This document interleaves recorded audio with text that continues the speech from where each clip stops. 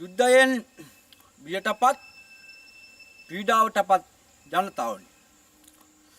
අද මේ ආරක්ෂක කමිටුවේ රැස්වීමට රැස්ව සිටිනා වූ මහා ජනගංගෙන් අවසරයි.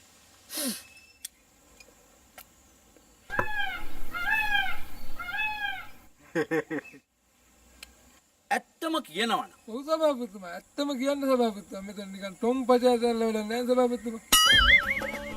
කවුද? කවුද? හරි. කමක් නෑ.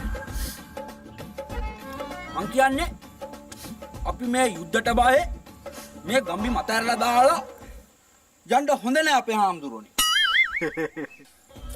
හාමුදුරුවෝ තාම නෑ. තව ටිකකින් වඩීවි.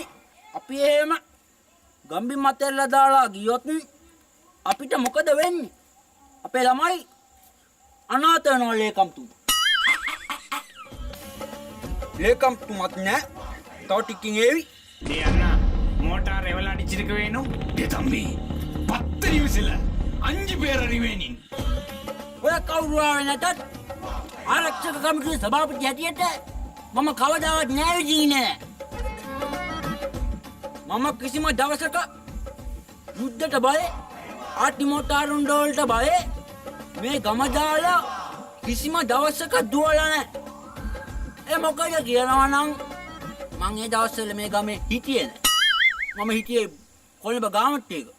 ඒ ජීවිතේ සුන්දර නෑ.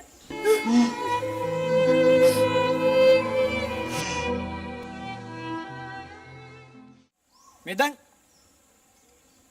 මේ බංකුව කුඩු කරගෙන මේ ගස් පෙරලගෙන මෙතන තියෙන බංකු පොලිම විනාශ කරගෙන බිම්බෝම්බයක් මෙතනට වැටුණත් මම දුවන්නේ නැහැ. මම දුවන්නේ නැහැ. බිම්බොම්බ කොහෙද සභාපතිතුමා උඩින් වැටෙන්නේ?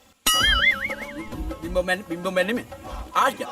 ආටියක් මේ මේසුට වැටලා මෙතන විනාශ වුණත් මම දුවන්නේ නැහැ. මම දුවන්නේ නැහැ. ඔය මේ උඩට මේ ආටියක් කඩිච්චාම අය දුවන් දෙයක් හිටුණා සභාපතිතුමා. යකෝ කවුද? කවුද? හරි. කමක් නෑ.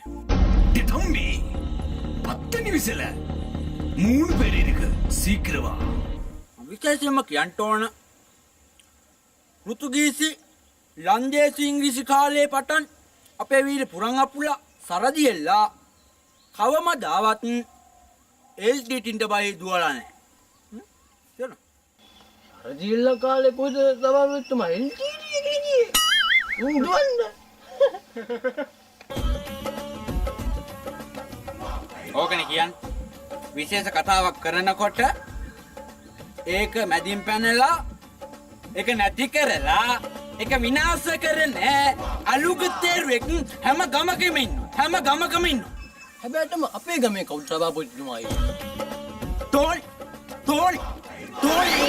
මැදින් පැනලා හැම කතාවම විනාශ කරලා දාන අලු මුස් ගේසු මන්නම් කියන්නේ ආටි මෝටාර් වැටෙන්න ඕනේ උඹලා වගේ එකු.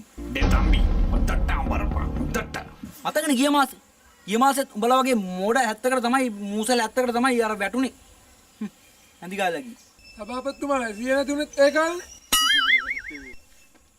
ආටි මෝටාර් එහෙම එනකොට අපි කවදාවත් ඒවට බය වෙන්න හොඳ නැහැ. டேய் தம்பி லான்ச்சர் ரெடி பண்றியா ආටි මෝටාර් එනකොට අපි ඒවට මුණ දෙන්න ඕනේ. මොකද්ද?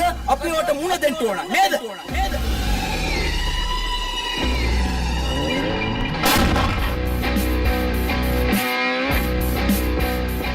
සොයිසා ඔන්න එකක් ගැහුවා හරිද? මේ දැන් ඕක කොහට හරි වැටෙනවා මේ හරිද? පොඩ්ඩක් සිප්පේ කැපිලි හිටපන්. බලපන් සභාපතියා බලලා ඉඳන් මොකද වෙන්නේ කියලා. ඉන්නේ සර්මනේ. ආටි මෝටාර් එනකොට අපි කිසිම දවසක බය වෙන්න හොඳ නැහැ. ආටි මෝටාර් එනකොට අපි